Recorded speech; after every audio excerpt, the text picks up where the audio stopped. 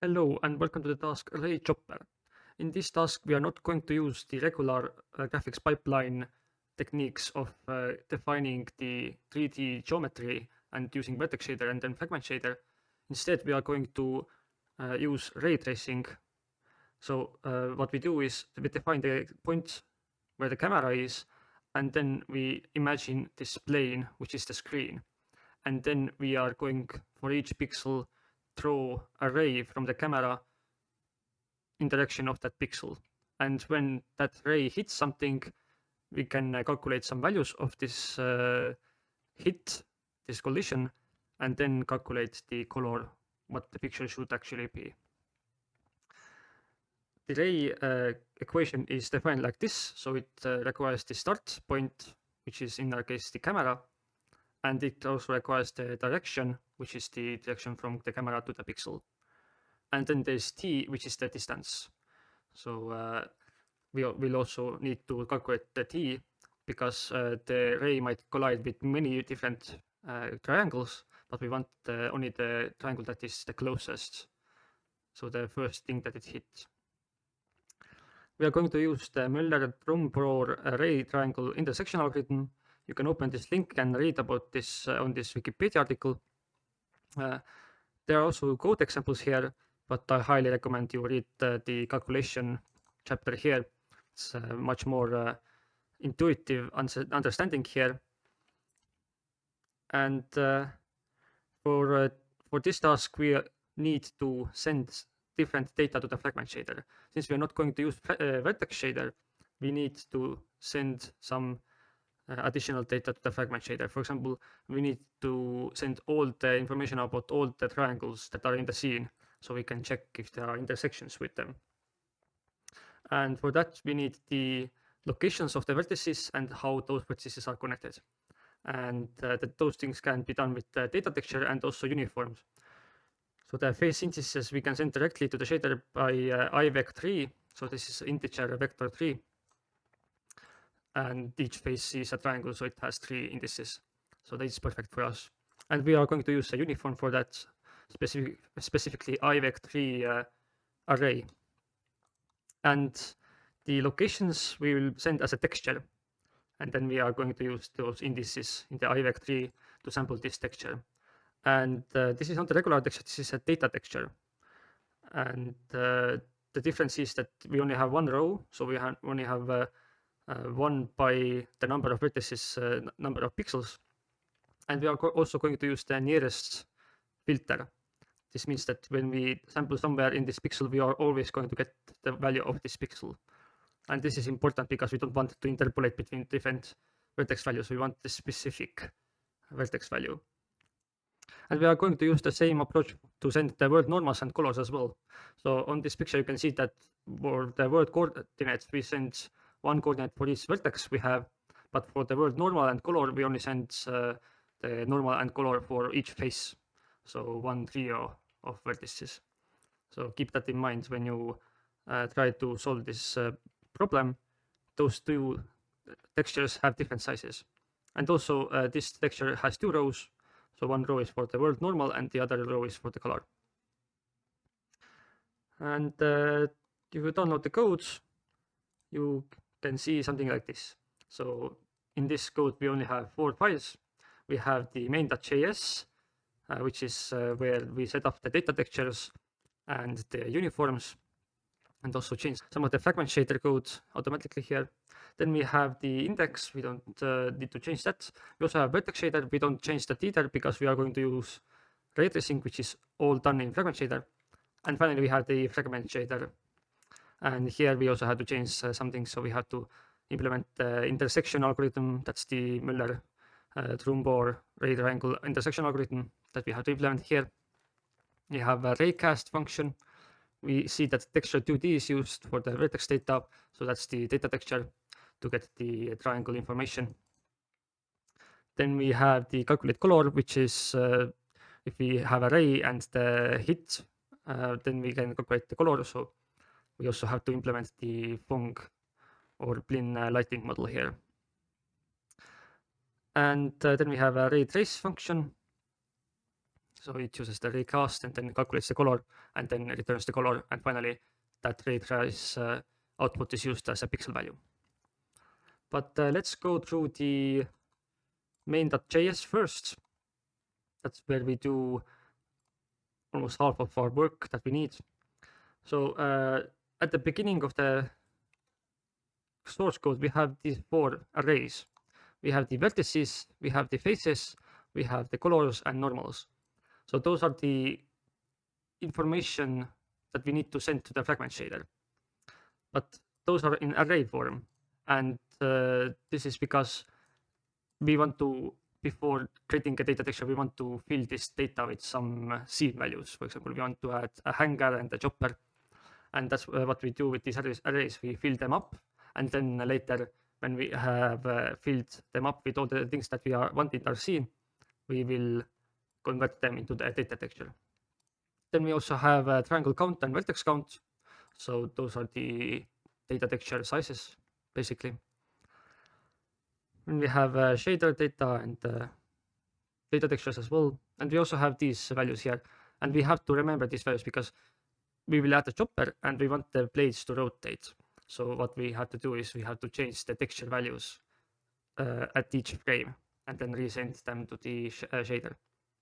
And we only want to change the vertices associated with the blades. So we have to remember where those vertices start and where do they end. Then on the load, we load the shaders. We also create the canvas. This is only 200 by 200. Ray tracing is very expensive, so it's much better if it's smaller. But if you have a more powerful computer, you can increase it for example, 400 by 400. Then we are creating a renderer. We add a hanger and chopper. And then we have a light position and view position. And then we have uniforms. So light position and UV position are one of the uniforms that we need for the lighting calculations. But we also have the vertex data, which is the first data texture that we saw. And then we have a triangle data, which is the second data texture that we saw. And finally, we have the faces, which is the IV. So this is the integer vector. And this will be converted into the IVEC3 faces. This is an uniform here. And last thing here in the onload function, there is this replace things. So what we want to do here is replace all the instances of the triangle count and vertex count with the actual constants that we calculate during the adding of the things to the scene. And this is because we can't have variable size arrays here. For example, we need to know the size of this. And also it's used in the for loop, and you can't have variable length for loops in GLSL. So that's why we need to replace all of these instances with the actual constants. And then finally, we can use the shader material to compile these shaders into actual shader module. And the last thing you should do is add this setup for the ray tracing. So we need this plane aligned with the camera's view, and we also need to add the camera. So currently we don't have any of that. And finally, comment the draw function in. In the draw function, we only call the update chopper. So that's where we rotate the blades. Then we have the add hanger, which uses the create cube. Add chopper also uses the create cube. And we also have the task to store the current index and here as well. We also have a create sphere. If you want to, instead of using the cube body, you can maybe create a sphere. So add this after you have debugged, because otherwise it will be much more difficult to debug this chopper, because the sphere has quite a lot of triangles. And the create sphere and the create cube as well all use the add object function, which will be implemented soon. But before we look further, we see that this matrix calculation is done already on the CPU side. This is because we don't actually send any transformation matrices as uniforms to the fragment shader, because we have so many different triangles. So what we would have to do is create a data texture for each of the objects, and then apply those matrices in the fragment shader, but that's too much work.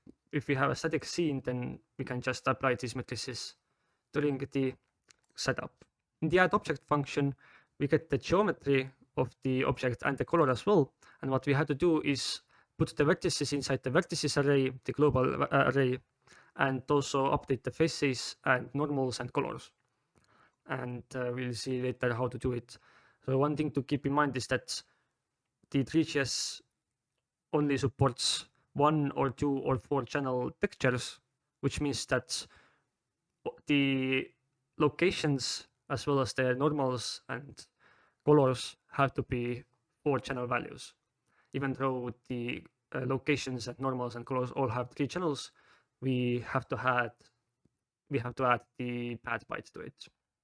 So that's one thing to keep in mind. That's why we also divide by 4 here to get the current face index.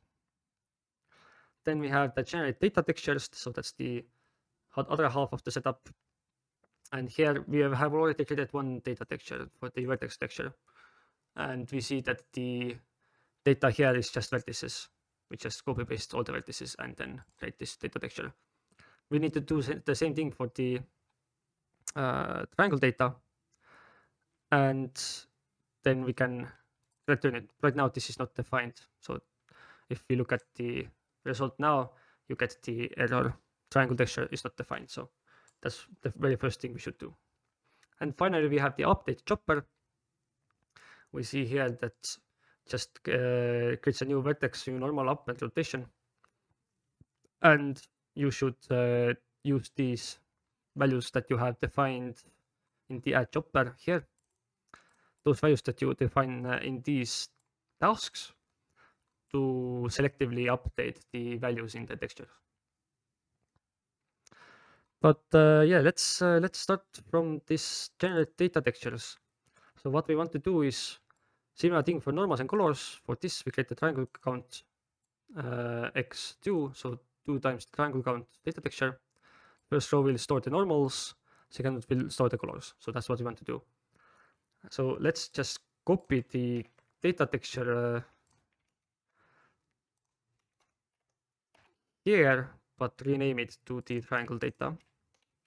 And instead of using the data, we use the triangle data. And remember that we want this for each face. So we have to do the triangle count, not vertex count. And row length is the data texture row length in bytes, not in pixels. So we use 4 channels, so it will be 4 times the triangle count. Then we need 2 rows, so we change the 1 to 2, and the format and type stays the same. So RGBA format and the float type. One would imagine that you could use RGB format, but this actually is not supported. You will get errors and nothing is showing on the screen. So let's keep it in. And what we need to do is you can specify flip y to true in order to start from the top. So this will actually make the texture triangle texture. I guess we will rename it triangle texture. This will make triangle texture logically look like this. So we can sample it correctly in the shader. And we should also do all these things that we see here to this. So let this be here. And then we will just set up the regular things as well. So minification, magnification filter are both nearest. We don't want any MIP maps, and we need to update the texture as well. Then we can remove this console log. And we look at here, we don't see any errors, so should work. But we don't see any picture either. So let's start with that next. And what we need to do is we have to do things here. So we don't even have a scene, we don't have a plane, we don't have a camera. So let's do all of these things. So first let's create the scene. So scene, actually scene is the global variable, so we don't need to create the local variable. We need to create a new tree.scene. And it doesn't take any arguments. And now we can add stuff to scene. So what we need to first do is create a plane aligned with camera's view, use width and height 55 for the plane. So let's define the size to be 55 because we will use this size multiple times. And we want to create a plane. So let's go to the documentation and see how can we create a plane. So plane, and we see that we have a plane geometry. And we can use this 3.mesh. So const plane. So this is the plane that we want. We will add this to the scene as well. Scene adds plane. And geometry we don't know yet, so we had to use the plane geometry, but material, we have the shader material, so that's already defined. So the only thing we had to do is create the geometry. And we can do just the plane geometry. It takes in arguments width and height, and we want them to both be 55. So we just use the size. So now I should have a geometry, I should have a plane that I can add to the scene. And one more thing we have to do is add the orthographic camera that is looking exactly at that plane. So let's do this as well.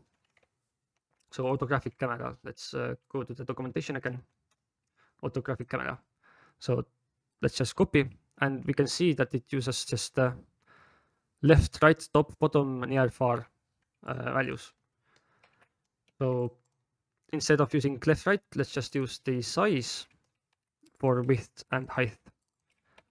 So now it will be size divided by -2, and size divided by 2, and size divided by 2, and size divided by -2. So that should be good. And here, the far plane, we actually don't need the 1 to 1000. We can just do maybe 1 to 10 or something, even smaller, because we only have one thing. We only have this plane, right? And if the plane is at location 0, 0, and the camera is also in the correct position, then we should get everything in the scene. But yes, so we should also look at exactly the plane. So first, let's move the camera. Set position. So it will be 0, 0, and we want this to be away from the plane. So I'll just set to 2. It can be anything from 0 to 10. Actually, it can be anything from 1 to 10 because our near plane is 1 and the far plane is 10. So it has to be in between these values. Then I have to set up the up vector. So I want this to look up. So I'll just create a new vector for it, and I will just set it to 0, 1, 0. So y direction will be up. And then finally, I had to look, and I want to look at the plane. So plane is at the 0. So I'll just set it to 0. And now I'll finally add it to the scene as well. And if I comment the throw in, and let's see if anything is here. So camera set position is not a function. So how was it? So object 3D position. I guess I can do the position set. So I think I found the problem. The camera is also the global variable. We don't want this to be a local constant. So just remove the const.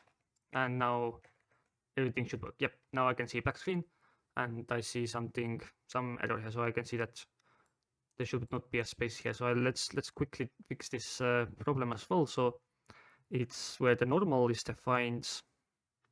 So yeah, now everything looks fine. Instead, we have this invalid value uniform 3IV no array. And this is from the fact that we have this uniform IVEC3, but the value that we put here at the uniform, this faces, this is empty, but we don't want this to be empty. If this is not empty, then the warning will go away. But yeah, let's see one more thing. We can actually print out this fragment shader to see the changes as well. So console log, and then fragment shader. So after the replaces, then if I can look here and open it, you can see that the faces is 48. So it expects the 48 faces to be in the scene. And for the for loop as well, it's I is less than 48. And also vertex count is 96. Triangle count 48. So those are all replaced and should work fine. Okay, but let's continue. So I leave this add chopper task to yourself. So this is only for the rotation of the blades, and you have to figure this one out yourself. But let's look at this add object, and let's try to implement this. So finish this function. This function takes the correct information from the geometry and adds it to the arrays. Keep in mind that vertices, normals, colors have to be fortunately aligned. So remember, we have to have 4-byte pixels, not 3-byte pixels or 3 float pixels.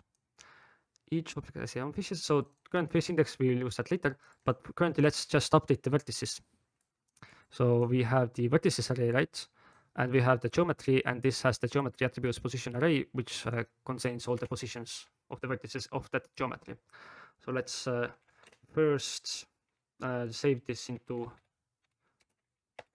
a variable because this is too long to repeatedly write. And then let's create a for loop.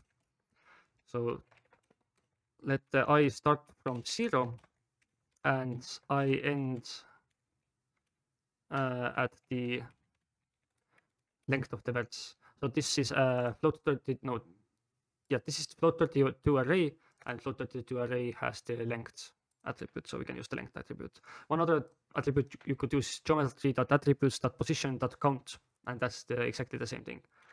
And here we want to actually increment by 3 because remember we want to introduce this fourth byte, the bad byte, and for that we have to increment by 3 because this bad byte is not in this array. We can do this just by incrementing by 3, and then we use the vertices variable, global variable, and use push function and vert at the position I. And let's repeat this 2 more times. But now let's add the shift. So I plus 1 and I plus 2. And finally, we have to add the bad byte. Here, I think we can just add whatever we want. I'll just add 1.0 because that will make it homogeneous coordinate. And that might be useful in future, but not likely. Okay, so now we have the vertices. That should already be done, but now we call this geometry.compute vertex normals. And this is important because geometry might not have the normals by default. When you add the vertices, it doesn't compute the normals before it sends it to the GPU, but we'll never send it to the GPU, so we have to manually call this vertex normal computation function. And now we have to update the faces, the normals, and the colors. So let's do this. And here we want a loop, for loop that is iterating through faces. So not vertices, but faces. And we can do this by iterating over the indices. So every 3 indices is a face. So let's once again define I from 0. Then I has to be less than the size of the indices. So let's actually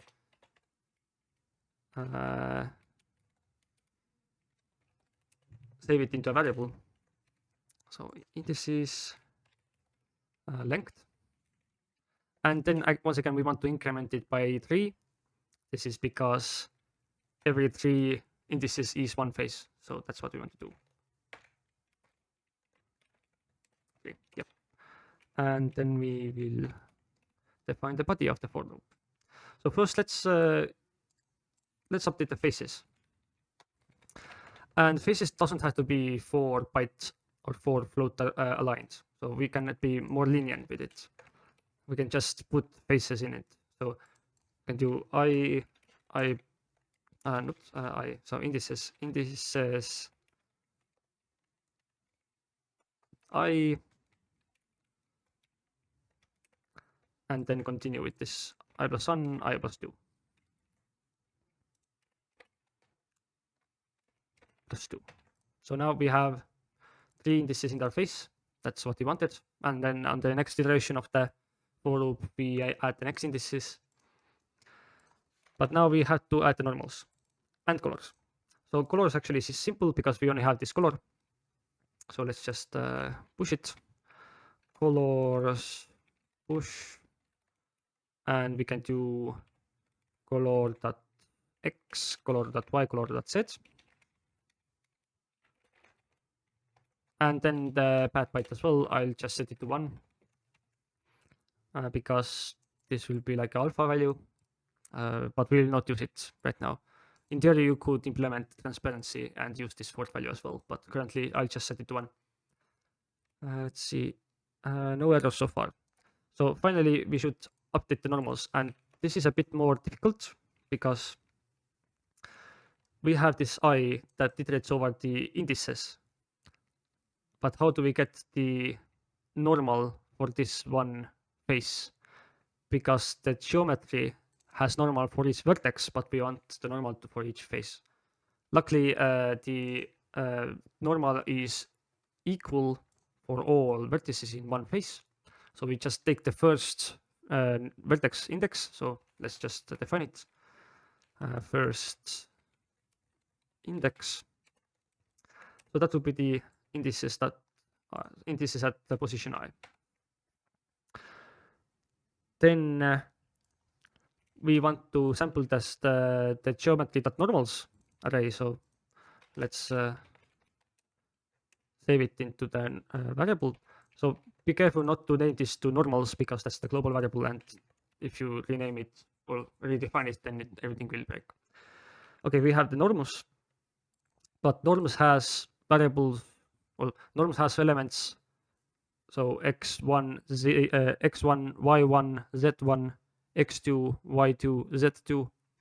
So we should actually multiply this by 3, because if we weren't to multiply this by 3, we would just take this indices. For example, it will be 0, 1, 2 on the first phase, then it will be 1, 2, 3 maybe on the second phase. And on the second phase, that would be 1, right? The indices at I would be 1. And 1 is actually the y-axis of the first normal. We don't want that. We want to start at x-axis of whatever normal we want to use. So that's why we multiply it by 3 to convert it from the vertex index to the vertex normals element index.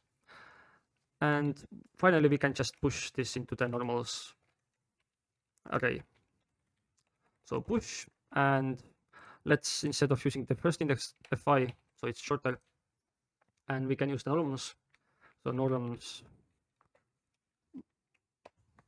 and fi, let's put comma as well. And we can repeat this fi plus 1 and fi plus 2. And then finally, the last thing will be the path byte. I'll just set it to 0. It can be anything. You will not use it because normals will always have 3 coordinates. You can't have 4 coordinate normals. So I think one more thing before we can finish this function is think about when we have 2 add objects and both of them have one triangle, for example. So, and that triangle has indexes 0, 1, 2. And if I add both of those objects with this function, I'll add 0, 1, 2 and 0, 1, 2 to the faces. So I'll have 2 trios of 0, 1, and 2. And that's actually a bad thing because I added the vertices, new vertices here as well for the add object. So it should be 0, 1, 2, 3, 4, 5 instead.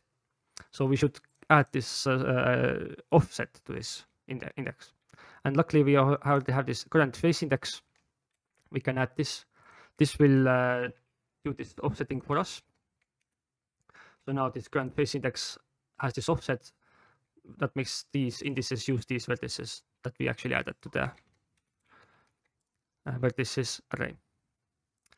So that should be enough.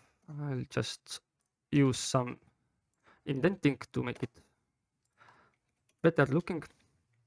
And yeah, no errors so far. Can actually print stuff out as well. So console log, and for example normals, you can see that it goes from 48 to 192. So that should be good. Or even vertices have 384.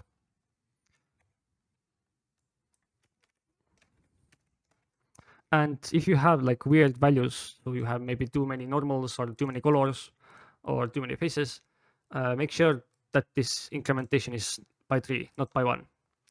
Otherwise it will not do correct things and it will look weird, and this like very difficult bug to be fixed. So make sure that the increment is by 3. But yeah, I think this should be good. Final thing that is done in this function is the update of the triangle count and vertex count. So those can be incremented by these values. So geometry attributes position count. So that's the number of vertices we had to vertex counts, and triangle count is number of indices divided by 3, because every 3 indices is one triangle. So that's what we are doing here. So now we can finally get to the data texture generation. And we already did this. So here we add the data here, but we have not done one thing. We haven't filled the triangle data. So let's do this as well. So let's create a for loop, and I starts from 0. But now instead of using the vertex count, we have to do the triangle count. So I is less than triangle count, and we increment by 1.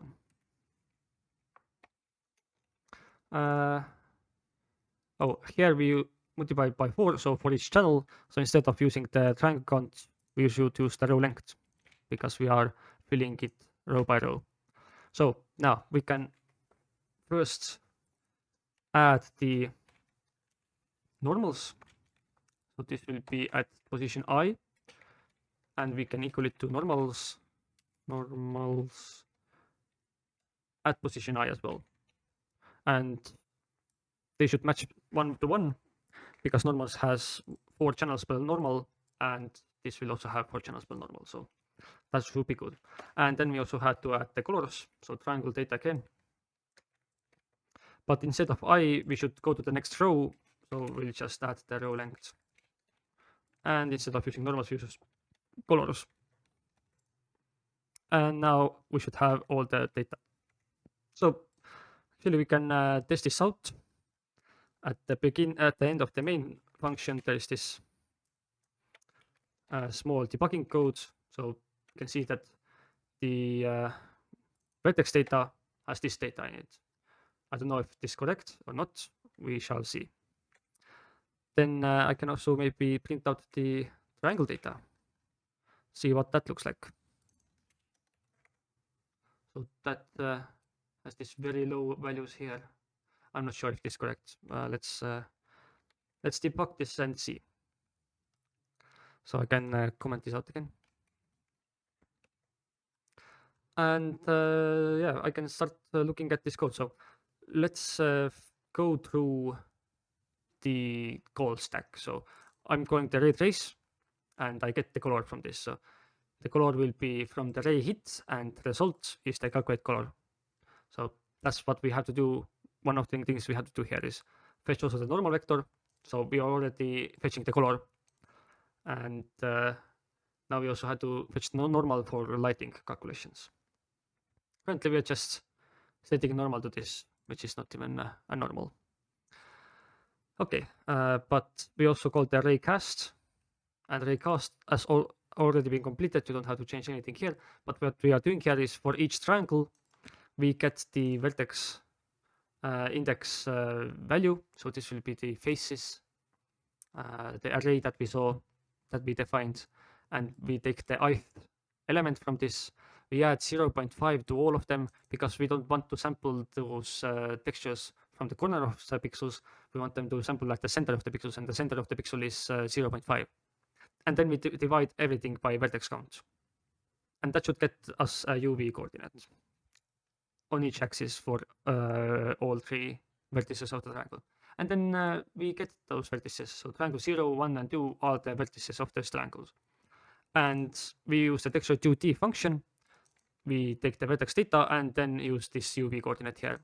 So currently we just do vertex index.x at both axes, and this is actually correct because if you remember correctly, the default behavior when we sample outside of the texture is we just stretch the texture. And also triangle 1 and triangle 2, we just use the different axes from the vertex index. And then we take the first 3 values, x, y, z. So that's why I said that the fourth value doesn't matter, because we only use the three first values. Then we calculate the intersection. So this will be float value. And we use the check intersection function for that. We'll see what this has to do. And then intersection is if it's less than the closest intersection, so that's the sorting. We go through all the triangles and then take the closest intersection. And intersect is a Boolean value, closest intersection.